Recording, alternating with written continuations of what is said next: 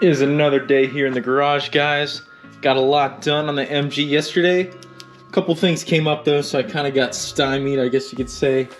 But we're gonna get right back at it today and really focus on trying to get this engine out of here. Right now is the tougher part, and that's gonna be laying under the car, probably getting oil in my eyes and all over my face. But that's part of what you deal with when you work on an MG. They leak, that's just how it is. So we're gonna go ahead and get the drive shaft out of there, hopefully get the slave cylinder disconnected. I don't wanna release the hydraulic line, but I might have to. And really try to just get the trans ready to pull as well, because it all has to come out as a unit. So let's get a good view for you guys under there, and let's do some wrenching.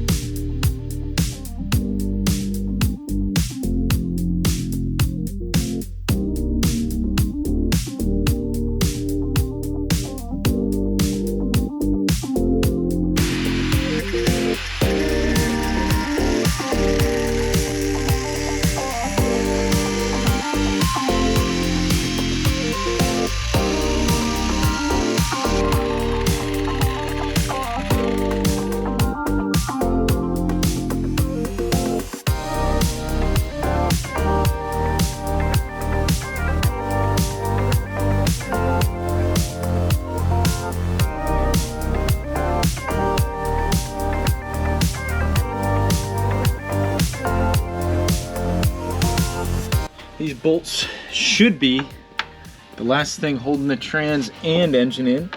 I'm pretty sure I have everything disconnected. I got a jack under the trans just in case. And we're gonna see if we can go ahead and fish this thing out of there after we get this one, and then there's one more on the other side. Okay, we're free there. Gonna leave that washer on there because it's kind of painted on there. Yeah, that was definitely the last of them. Oh, that's right. Okay, so the trans is not, learning with you guys here. The trans is not going to drop at all. I don't think you're going to be able to see that, but basically it sits in like a channel. So it's probably going to drop down when we go ahead and pull the engine forward. Hopefully we don't damage it. I'll try to get the engine nice and high so it sort of comes out like this. But it's actually just sitting on the mount right now. It's not going anywhere. So we're gonna pull the jack out from under the car in case we need it later, and we'll keep going.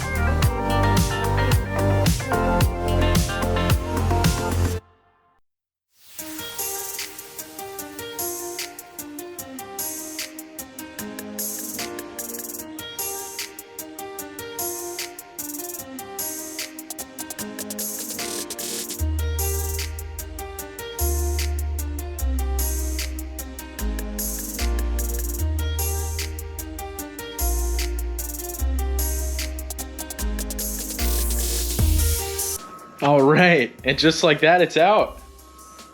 Check this thing out, guys. It is tiny.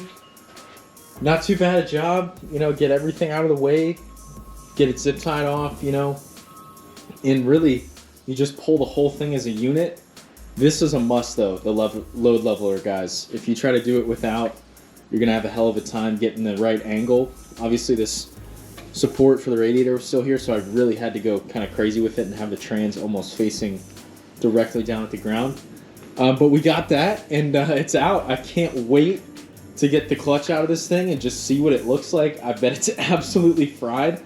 So let's go ahead and do that, and then hopefully get the engine on a stand and start tearing it into it just a little more and sealing things up a little better, because these things leak like crazy. I know it's probably just going to stay that way, but if we can slow it at all, that's something we want to do.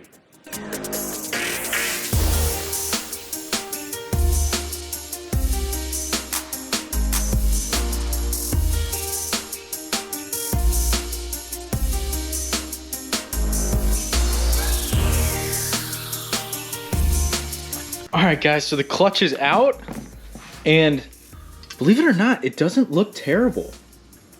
You see, it's got plenty of meat on it. I really thought this thing was going to be at the rivets. It was slipping like you wouldn't believe. So that was definitely a little scary. It does look a tiny bit glazed. I guess it's somewhat close to the rivets, but again, not what I expected. Of course, once you make it down to here anyway, you always replace it no matter what. I'm going to see if I can possibly save them some money and get the flywheel resurfaced at a machine shop. And I can see the starter was starting to eat through the ring gear on this. Apparently that's a common issue. So I'm definitely going to at least try to get that done as well. But I'm thinking the main issue we had, guys, with it slipping and everything was most likely the pressure plate.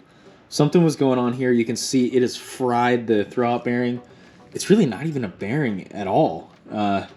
So I'm definitely going to have to look into what's going on here with this and what should actually be replaced and all that. I mean, obviously, once you're in here, you do everything. But I'm just curious as to why it was slipping so bad if the friction material actually looks decent.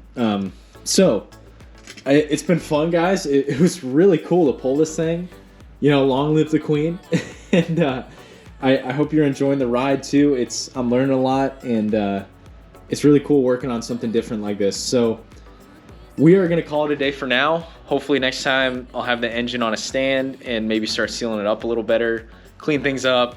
The whole engine bay is just covered in crap. So really just a lot of paper towel usage, and that's about it for now, guys. So next time, we'll see you then, and stay speedy, my friends.